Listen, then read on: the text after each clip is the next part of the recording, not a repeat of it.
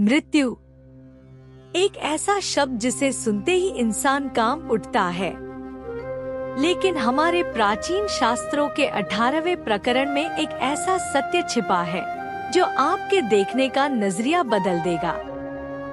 वहाँ लिखा है कि मृत्यु अंत नहीं, बस एक पड़ाव है। जैसे हम पुराने कपड़े उतारकर नए पहनते हैं, ठीक वैसे ही यह अविनाशी आत्मा इस जर्जर शरीर को छोड़कर एक नए सफर पर निकल पड़ती है। यह सफर कहाँ ले जाता है? क्या हम अकेले होते हैं या फिर ब्रह्मांडीय चेतना में विलीन हो जाते हैं? और वो सबसे बड़ा रहस्य, 84 लाख योनियों का चक्र, क्या वाकई हमारे कर्म और इच्छाएं तय करती हैं कि हमारा अगला रूप क्या होगा? आज के इस अंक में हम जानेंगे कि कैसे घड़े के टूटने पर भी उसके अंदर का पानी और उसमें दिख रहा चांद नष्ट नहीं होता, वैसे ही शरीर के नष्ट होने पर आत्मा अछूती रहती है। तैयार हो जाइए जीवन और मृत्यु के बीच के उस महीन धागे को समझने के लिए, जिसे परामनोविज्ञान भी प्रमाणित कर रहा है। यह वीडियो सिर्फ एक जानकारी नहीं, जीवन के सच से आपका साक्षात्कार है। आइए इस रहस्य को एक साथ सुलझाते हैं। विषय 5, मृत्यु में जीवन का अस्तित्व। मृत्यु वर्तमान रूप या शरीर का अंत है, परंतु यह जीवन का अंत नहीं है। मृत्यु कोई अन्य रूप या शरीर धारण करने से पूर्व कुछ समय के लिए विभिन्न आयामों में जीवन की ही निरंतरता है। मृत्यु के पश्चात जीवन पूर्णतः भिन्न होता है। यह विभिन्न आयामों में पूर्णतः एकाकी व्यक्तिगत जीवन हो सकता है। यह दूसरों के साथ संयुक्त जीवन हो सकता है या फिर कोई ब्रह्मांडीय जीवन हो सकता है। यद्यपि यह नाम, रूप, पर्यावरण, सामाजिक अंतःक्रिया क्षमता और जीने के प्रकारों के वर्तमान अस्तित्व के जीवन से पूरी तरह से भिन्न होगा। मृत्यु के पश्चात जीवन का अस्तित्व वर्तमान ज्ञात सीमाओं से परे होगा, परंतु यह एक सातत्य होगा।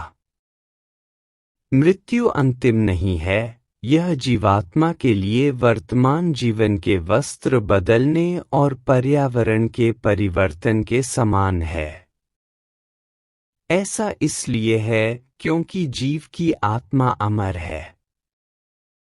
मृत्यु से पूर्व यह शरीर रूपी पिंजरे में कैद रहती है, जबकि मृत्यु के बाद यह ब्रह्मांडीय एकत्व में विलीन हो जाती है। जीवों की 84 लाख योनियों में जीवन निरंतर चलता रहता है, इसलिए किसी भी तार्किक मानदंड से मृत्यु अस्तित्व का अंतिम पड़ाव नहीं है। जीव के कर्मों, इच्छाओं और आसक्तियों के आधार पर सर्वशक्तिमान के आदेशानुसार आत्मा कोई भी रूप धारण कर सकती है। जीवन मूलतः सर्वोच्च आदेशों के अनुसार मृत्यु के पश्चात एक रूप से दूसरे रूप में देहांतरण है। आत्मा पूर्ण का ही प्रतिबिंब है। यह मनुष्य के भीतर ब्रह्मांडीय पूर्णता का उसी प्रकार प्रतिबिंब है जैसे जल से भरे घड़े में चंद्रमा का प्रतिबिंब होता है। जैसे ही घड़ा टूटता है, उसका आकार नष्ट हो जाता है और जल छलक जाता है। यद्यपि घड़े से चंद्रमा की छवि लुप्त हो जाती है, परंतु आकाश में मूल चंद्रमा ज्यों का त्यों बना रहता है। इसी प्रकार आत्मा मृत्यु के पश्चात मानव रूप से लुप्त हो जाती है, क्योंकि यह ब्रह्मांडीय एकत्व का अंश है। यह परम सत्ता में विलीन हो जाती है, परंतु इसके परे कुछ नहीं होता। शाश्वत आत्मा के लिए मृत्यु की कोई प्रासंगिकता नहीं है। मृत्यु शरीर रूपी घड़े के टूटने के समान है। शरीर जिन 5 तत्वों से बना है, वे धीरे धीरे ब्रह्मांड के उन्हीं 5 तत्वों में वापस विलीन हो जाते हैं। मृत्यु होने पर केवल मानव शरीर ही नष्ट होता है, परंतु शरीर के तत्वों की कोई हानि नहीं होती है और आत्मा पर भी कोई प्रभाव नहीं पड़ता है। घड़ा नष्ट होने पर उसका जल छलककर वाष्पीकृत हो जाता है। इसी तरह मृत्यु के समय श्वास शरीर से बाहर आती है और ब्रह्मांडीय एकत्व में मिलकर उसी का अंश बन जाती है। आत्मा के शरीर छोड़ने पर वर्तमान रूप नष्ट हो जाता है। आत्मा परम सत्ता में तब तक विलीन रहती है जब तक कि कालातीत समय में उसका किसी नए रूप में पुनर्जन्म नहीं हो जाता। यह समयावधि कुछ वर्षों से लेकर कुछ 100 या 1000 वर्षों तक की हो सकती है। यह जीव की समझ से परे है और यह सब परम सत्ता के रहस्यमयी साधनों द्वारा संचालित होता है। आत्मा के चले जाने पर इस जर्जर शरीर रूपी घर की मरम्मत नहीं की जा सकती। इसलिए जीवात्मा को सर्वशक्तिमान द्वारा सौंपे गए नए शरीर में जाना ही पड़ता है। मृत्यु के पश्चात मन की कोई भूमिका नहीं रह जाती, क्योंकि जिस शरीर की मन देखभाल कर रहा था वह नष्ट हो चुका है। अतः मृत्यु के तत्काल पश्चात मन जीव के साथ साथ आत्मा में प्रवेश करता है या जुड़ जाता है। यद्यपि मृत्यु से ठीक पहले कुछ क्षणों के लिए मन कार्यहीन होकर मुक्त हो जाता है।